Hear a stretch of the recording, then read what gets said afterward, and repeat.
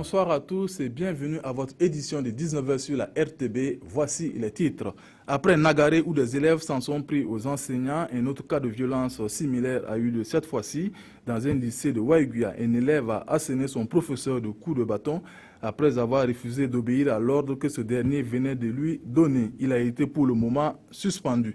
Et puis le Niébé a été célébré pour la 7e fois à Bonou, localité de la province du Sourou, une opportunité de promotion de l'entrepreneuriat agricole féminin et de vulgarisation de la culture de cette spéculation. Des productrices venues du Mali ont pris part à cette foire. La violence en milieu scolaire, une fois de plus sous les projecteurs. Cette fois, l'histoire se déroule au lycée Yadega de Waiguia. Un élève de la classe de 5e a asséné son enseignant de coups de bâton. Tout serait parti d'un refus de l'élève d'obéir à une injonction de son professeur. En entendant la décision finale du conseil de discipline, une exclusion temporaire a été appliquée à cet élève. Irénée Kaboré, Alidou Alain Savadogo. Après Nagaré, c'est le lycée Yadega de Waiguia qui a vécu un cas d'indiscipline en début de semaine. Un élève de la classe de 5e a agressé physiquement son professeur de mathématiques et de physique-chimie au sein de l'établissement. Un de mes professeurs qui était en train de faire son cours. Donc pendant son cours, il y a, je crois, un élève certainement qui s'est mal conduit. Il était, je crois, il s'était déplacé en classe, il avait changé de place en classe. Et c'est une dame, l'enseignante, qui lui a dit de rejoindre sa place. Il a refusé. Elle lui dit donc de se mettre à genoux. Ce dernier refuse encore. Alors elle lui dit de prendre la porte. Prends tes affaires et prends la porte. Et l'enfant traînait les pas comme s'il ne voulait pas obéir.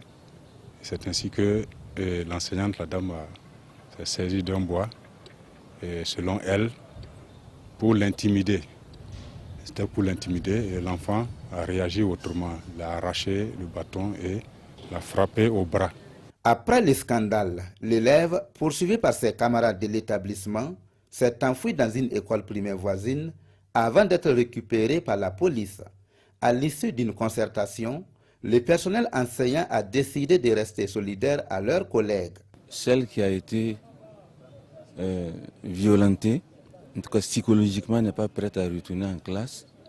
Et je ne vois pas quel professeur va encore aller la remplacer. Parce que c'est la même situation. Si nous voulons être solidaires, notre solidarité ira jusqu'au bout.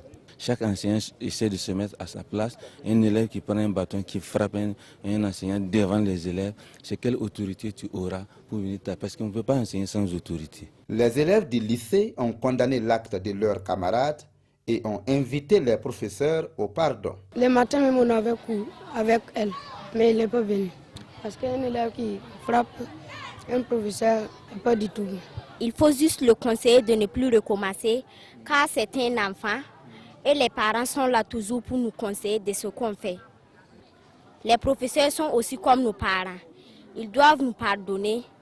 En entendant le conseil de discipline qui va décider d'une sanction convenable au comportement de l'enfant, il reçoit une exclusion temporaire d'1 semaine.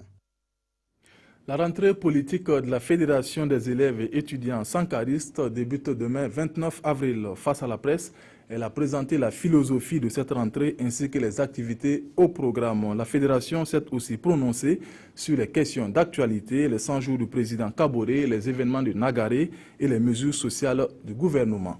Konsoum Koulibaly, Ramatou Zida. Une rencontre avec la presse pour annoncer la rentrée politique de la Fédération des élèves et étudiants sankaristes, FEDES. Une rentrée prévue pour se tenir les 29 et 30 avril prochains. L'objectif est de mobiliser la communauté scolaire et estudiantine afin d'échanger autour des municipales de mai 2016.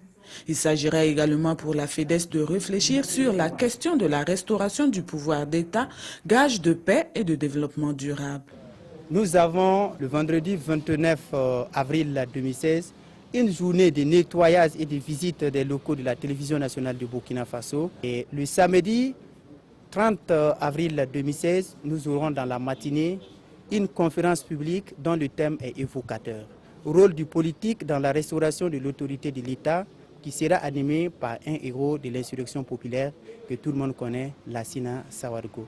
Pour une mise en œuvre efficiente de son plan d'action annuel, la FEDES joue la carte du fair play politique. C'est une occasion pour nous de promouvoir le fair play politique en mettant en place un front les jours à venir avec l'ensemble des structures d'élèves et étudiants de la majorité présidentielle pour pouvoir mieux défendre les droits et devoirs des étudiants. À l'ordre du jour de cette rencontre, les questions d'actualité nationale, notamment les 100 jours du président Roch-Marc Christian Kaboré que la FEDES juge satisfaisants. Quant aux récents événements survenus dans les établissements scolaires de Nagaré, dans la commune de Logobou, la FEDES condamne, invite les élèves et étudiants à plus de retenue et à promouvoir le dialogue. Le niébé est une des principales spéculations au Burkina et justement il était à l'honneur dans la province de Sourou à l'occasion de la 7e édition de la foire du niébé qui a lieu à Bonou. C'est une activité qui vise à promouvoir l'entrepreneuriat agricole féminin et la vulgarisation de la culture du niébé, une initiative de l'association Yiyé avec la participation des productrices de la région de Bankas au Mali. Le thème cette année, femmes rurales et agriculture au Burkina Faso. Abassé Traoré, Alain Alidou Savadogo. Environ 77 000 tonnes de la production nationale du niébé ont été livrées par la boucle du Mouhoun à l'issue de la campagne humide 2015-2016, selon les statistiques du ministère de l'Agriculture. La culture de cette variété permet de lutter contre la faim et la pauvreté. Dans les Sourous, ce sont les femmes qui s'adonnent à cette activité. Dans la transformation, il y a beaucoup de difficultés. Parce que si tu veux transformer les choses, si tu n'as pas de machines, c'est difficile à transformer. Mais on se débrouille avec des tamis en artisanal. Toutes ces actions doivent contribuer et concourir à l'autosuffisance alimentaire, doivent concourir à améliorer la production du point de vue de la qualité et du point de vue de la quantité. La 7e édition de la foire de Niébé a connu la participation des associations féminines venues de la région de Bankas au Mali. Il y a de l'amitié entre le Mali, Bankas et Burkina. Donc nous, les transmotrices, on nous a appelés de faire ce qu'on peut faire du niébé. Donc c'est un grand honneur pour nous d'être là au nom du cercle de Bankas, au nom du Mali, à cette foire qui nous émerveille d'année en année. Vraiment, et nous pensons que nos associations féminines, à leur tour, vont prendre l'exemple sur leurs sœurs burkinabées. Une visite des stands a permis aux autorités du pays de constater les savoir-faire des femmes en matière de transformation du niébé. Au cours de cette cérémonie, certaines productrices ont vu leurs efforts récompensés. Les responsables du programme national de gestion des terroirs ont présenté les résultats à mi-parcours de la 3e phase de ce projet en cours depuis 2013. Cette 3e phase a pour objectif de renforcer les capacités des communautés rurales et des structures décentralisées avec à la clé la mise en œuvre de plans locaux de développement. Yacouba Gamene, Bouma, Ernest Nebier. La phase 3 du 2e programme national de gestion des terroirs PNGT 2-3 est en marche depuis juillet 2013, soit environ 3 ans d'action en faveur du développement des communes du Burkina. 3 ans de parcours du projet qui fait déjà l'objet d'une évaluation. Une évaluation à mi-parcours qui donne satisfaction eu égard aux résultats déjà engrangés par le projet. Et ce sont ces résultats que les responsables du projet ont partagés avec les hommes de médias à cette conférence de presse. Nous avons pu accompagner les communes rurales à élaborer 287 plans communaux de développement. Grâce également à cette phase 3 du PNGT 2, 100 femmes dans la région des Cascades ont pu avoir des attestations de possession foncière rurale. La réalisation de plusieurs micro-projets communaux et régionaux sont aussi à mettre à l'actif du programme. Ces micro-projets concernent, entre autres, la réalisation de 173 classes d'écoles, aussi bien pour le primaire que pour le post-primaire. Nous avons 61 formations sanitaires qui ont été équipées pour renforcer leurs capacités opérationnelles. Et le projet a également accompagné d'autres structures pour assurer l'aménagement de 200 000 hectares de forêt. Le projet prend fin en novembre 2018 et selon ses premiers responsables, 20 milliards de francs CFA est la somme qui reste à mettre à la disposition des communes pour la réalisation de leurs actions de développement. Avec un potentiel agricole considérable, la vallée du Sourou accueille des producteurs, mais aussi des femmes dont l'activité est l'élevage de riz paddy. Organisées en union et groupement, elles arrivent ainsi, grâce à cette activité, à engranger des revenus importants. Une de nos équipes s'est rendue dans un centre d'étuvage de riz à Niassan pour constater les conditions de travail de ces femmes. Yves Rwamba, Christophe Traoré, Paul Savadogo. C'est sous un soleil de plomb que les 288 femmes de l'Union des groupements des étuveuses des riz de la vallée du Sourou et les 140 membres du groupement des étuveuses Songtaba de Niassankura sont en pleine activité. Promouvoir la consommation du riz national et réduire la pauvreté féminine, c'est l'objectif de ces unités d'étuvage. Et le pari est relevé.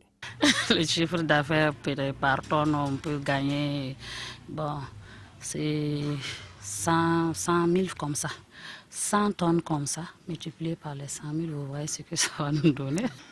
Nous faisons ce travail et nous gagnons un peu. Nous aidons nos maris et nous-mêmes, ça nous arrange bien. Les femmes de l'Union sont satisfaites des résultats de leurs activités malgré quelques difficultés. Cette maison est petite. Une partie des sacs sont exposés là. En cas de pluie, nous perdons. Si je prends l'exemple de la Sonagès, l'année passée, on a eu une convention de 50 tonnes avec lui. Mais il dit de livrer à Ouaga. À cause de la voie, on s'est assise, on a fait les calculs, on a vu qu'on ne peut pas s'en sortir. Donc on a perdu le marché comme ça. Vous voyez les femmes au soleil, il y a des matériels qu'on en a besoin et encore un lieu pour genre hangar pour que les femmes puissent être sous l'hangar pour pouvoir faire l'étuvage. L'autorité de mise en valeur de la vallée du Sourou, qui est basée à Niassan, accompagne les étuveuses dans leurs activités. Cette assistance se situe à plusieurs niveaux. Ça fait environ 1 millier de femmes qui s'investissent dans cette activité. Et c'est surtout les groupes organisés que nous touchons rapidement. L'organisation, il y a également donc l'appui technique et le suivi. Le centre d'étuvage de l'Union des groupements des étuveuses des riz de la vallée du Sourou a été construit en 2010 grâce à l'appui de Oxfam Intermonde, celui du groupement Songtaba de Niassankura grâce à l'appui d'un père blanc en 2011. La caravane Oskimo Tour était à l'étape de Waiguya ce 23 avril. C'est une activité qui a pour but de contribuer à la lutte contre la consommation de la drogue en milieu scolaire. Une vidéo sur les méfaits de la drogue a été projetée, suivie d'échanges avec les élèves. Abbas Traoré, Alain Alidou Savadogo. Un Burkina propre sans drogue, c'est le rêve de Oskimo, artiste musicien burkinabé. Après avoir vu ses proches détruits par les stupéfiants, Oskimo s'engage à éradiquer la drogue au milieu des jeunes. À travers sa caravane, il parcourt les pays pour la sensibilisation des jeunes sur les dangers de ces produits. Aujourd'hui, vous voyez que quand on parle de banditisme de gauche à droite, de djihadisme de gauche à droite, avec tous ces jeunes qui tournent dans la nature, qui consomment la drogue, facilement on peut les enrôler dans n'importe quel mouvement négatif pour faire face à leurs propres frères et amis. Donc nous, on pense que la drogue n'est pas vraiment la route à emprunter. À Waiguya, les jeunes sont sortis nombreux pour soutenir l'initiative. Le ministre de la Santé s'engage à accompagner Oskimo Tour pour le bien-être de la jeunesse. Ça permet donc de façon pratique de voir des gens qui font des témoignages de leurs pratiques dont ils ne sont pas forcément fiers. Parce que quand on regarde un peu ces faits, c'est un peu choquant parce qu'ils reconnaissent qu'il y a eu un moment donné où ils ont dérapé. Malheureusement, ils ont du mal à retrouver le chemin. Et nous, au niveau du département de la santé, nous ne pourrons qu'encourager ces genres d'initiatives qui nous sont très utiles. J'ai des amis qui fumaient la cigarette. Je pense que je peux les sensibiliser de ne plus prendre la cigarette et je vais essayer de le faire. Pour réaliser son rêve, Oskimo compte construire un centre de référence pour la rééducation et l'insertion des personnes affectées par la consommation de la drogue. C'est la fin de cette édition. Vous avez rendez-vous avec Godefroy Bazé à 20h. Bonsoir.